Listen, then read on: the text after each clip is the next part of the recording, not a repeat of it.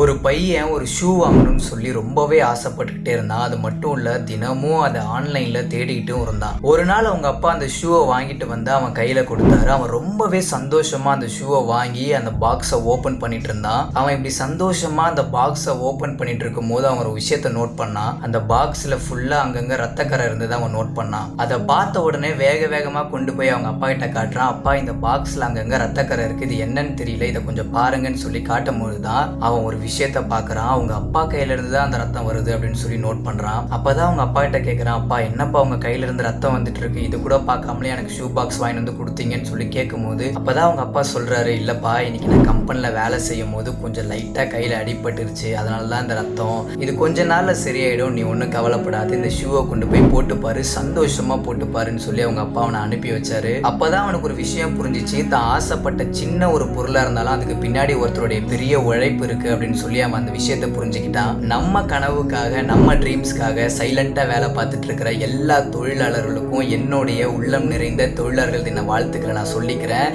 இந்த மாதிரி இன்ட்ரெஸ்டிங்கான ஸ்டோரிஸ்க்கு மறக்காம நம்ம பேஜை ஃபாலோ பண்ணிக்கோங்க. அது மட்டும் இல்லை, யூடியூப்ல பார்த்தீங்கன்னா சப்ஸ்கிரைப் பண்ணிக்கோங்க.